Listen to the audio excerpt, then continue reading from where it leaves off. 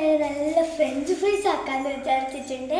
അപ്പം അതിനായിട്ട് French fries മുറിച്ചൊപ്പൊക്കെ ഇട്ട് കുഴച്ച് സെറ്റാക്കി വെച്ചിട്ടുണ്ട്.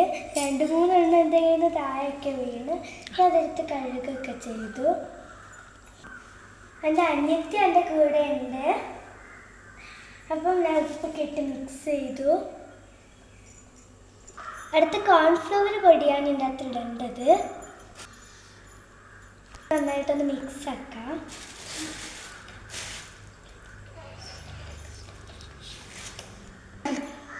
അപ്പം ഗൈസ് ഞാൻ ഇതൊക്കെ മിക്സ് ചെയ്ത് വെച്ചിട്ടുള്ളത്. ഇനി എണ്ണ കാണി കഴിഞ്ഞിട്ട് അതിൻ്റെ അകത്തേക്ക് ഇതിടണം.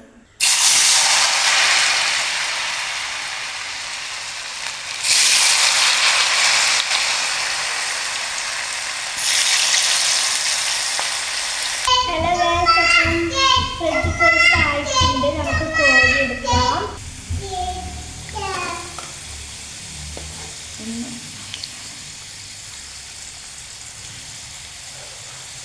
അപ്പം എൻ്റെ ഫ്രഞ്ച് ഫ്രൈസ് റെഡി ആയിട്ടുണ്ട്. ആയ പാടെ ഇവിടെ തിന്നാൻ തുടങ്ങിയിട്ടുണ്ട്.